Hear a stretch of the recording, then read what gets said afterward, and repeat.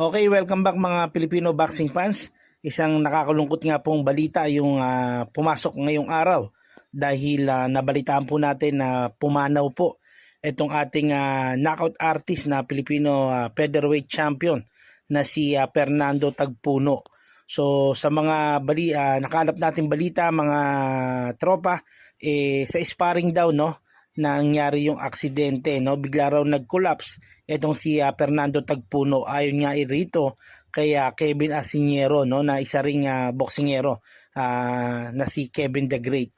Ayan, kung makikita natin dito sa comment section, nagtanong po ang MP Boxing Gym kung ano nangyari, at ito nga yung sinagot ni Kevin the Great is sparring daw. Biglang nag-collapse itong si Fernando Tagpuno. Nakakagulat dahil may paparating pa naman laban itong si Tagpuno this coming July. At ganito yung nangyari, napakabata pa, may record na 10 wins with 10 knockouts at may 4 na talo.